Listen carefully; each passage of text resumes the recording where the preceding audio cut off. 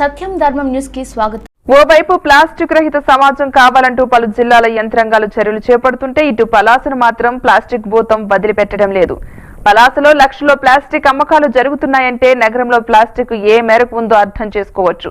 పక్క రాష్ట్రం ఒడిశాలో ప్లాస్టిక్ అమ్మకాలు లేకపోవడంతో అందుబాటులో ఉన్న పలాసలో హోల్సేల్ అమ్మకాలు విపరీతంగా పెరిగిపోతున్నాయి. ఇంత జరుగుతున్న అధికారులు నిమ్మకు నీరెత్తినట్లు వ్యవహరించడంతో ప్లాస్టిక్ ను నియంత్రించడం కలగానే మిగిలిపోతుందంటున్నారు స్థానికులు. ఇప్పటికైనా ప్రభుత్వం స్పందించి ప్లాస్టిక్ బారి నుంచి పలాసను కాపాడాలని వేడుకుంటున్నారు.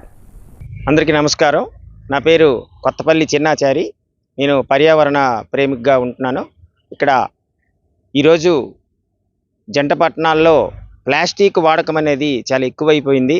ఎవరి దగ్గర చూసినా ప్లాస్టిక్ క్యారీ బ్యాగులని, వాటర్ బాటిళ్ళని, వాటర్ ప్యాకెట్లని ఇలాంటివి విచ్చలవిడిగా వాడుకుంటూ అవి వాడడంలో తప్పులేదు, వాడి బహిరంగ ప్రదేశాల్లో పారేస్తున్నారు.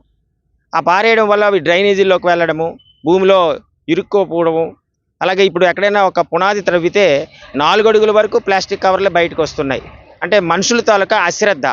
ఈ కవర్లు, ఈ ప్లాస్టిక్ మెటీరియల్ వల్ల భూమి నాశనం అయిపోతుంది. తద్వారా ప్రకృతి సహసిద్ధంగా లేదు. ఈరోజు ఈ భూమి, ఈ సూర్యుడు వేడి కానీ, అలాగనే సక్రమైన సరైన సమయంలో వర్షాలు పడకపోవడము, ఇవన్నిటి కూడాను మనము ప్రకృతిని ప్రేమించకపోవడం అనేది కారణమని నేను చెప్తున్నాను. ముఖ్యంగా ప్లాస్టిక్ అనేది నిర్మూలన చేస్తే మనము పర్యావరణానికి ఎంతో మేలు చేసిన వాళ్ళం అవుతాము. దీన్ని అధికారులు స్పందించి ఇక్కడ అమ్మకాలు అనేవి పూర్తిగా అరికట్టాలని, అలాగే ఈ ప్రకృతిని కాపాడాలని కోరుకుంటున్నాను. నా పేరు కిషోర్ కుమార్ అండి, సేవా భారత్ సభ్యుడిని. ఈరోజు ముఖ్యంగా పలాస పట్టణంలో ఈ ప్లాస్టిక్ సంచులు, ప్లాస్టిక్ వినియోగం చాలా మితిమీరి ఉన్నదండి. ఇక్కడ ప్లాస్టిక్ వల్ల అనర్థాలు చాలా ఎక్కువగా ఉన్నాయి.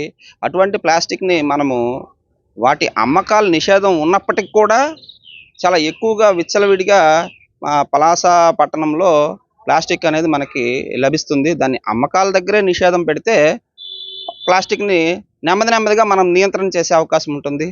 అలాగే ప్రజల్లో కూడా చైతన్యం, ప్లాస్టిక్ నిరోధించడానికి, ప్లాస్టిక్ని తగ్గించడానికి చైతన్యం పెంపొందించే కార్యక్రమాలు కూడా ప్రభుత్వ పరంగా కావచ్చు, లేకపోతే స్వచ్ఛంద సేవా సంస్థలు కావచ్చు, వీటిని నిర్వహించడం ద్వారా ప్లాస్టిక్ పట్ల విముఖత. ఎందుకంటే ఈరోజు మనము మన జీవితంలో ప్లాస్టిక్ అతి ముఖ్యమైన భాగం అయిపోయింది. అత్యంత ప్రభావవంతమైన దుష్ప్రభావాలకి కూడా ప్లాస్టికే కారణమవుతుంది. ప్లాస్టిక్ లేకుండా మనకి తెల్లారట్లేదు, అలాగే ప్లాస్టిక్ లేకుండా నిద్రపోవట్లేదు.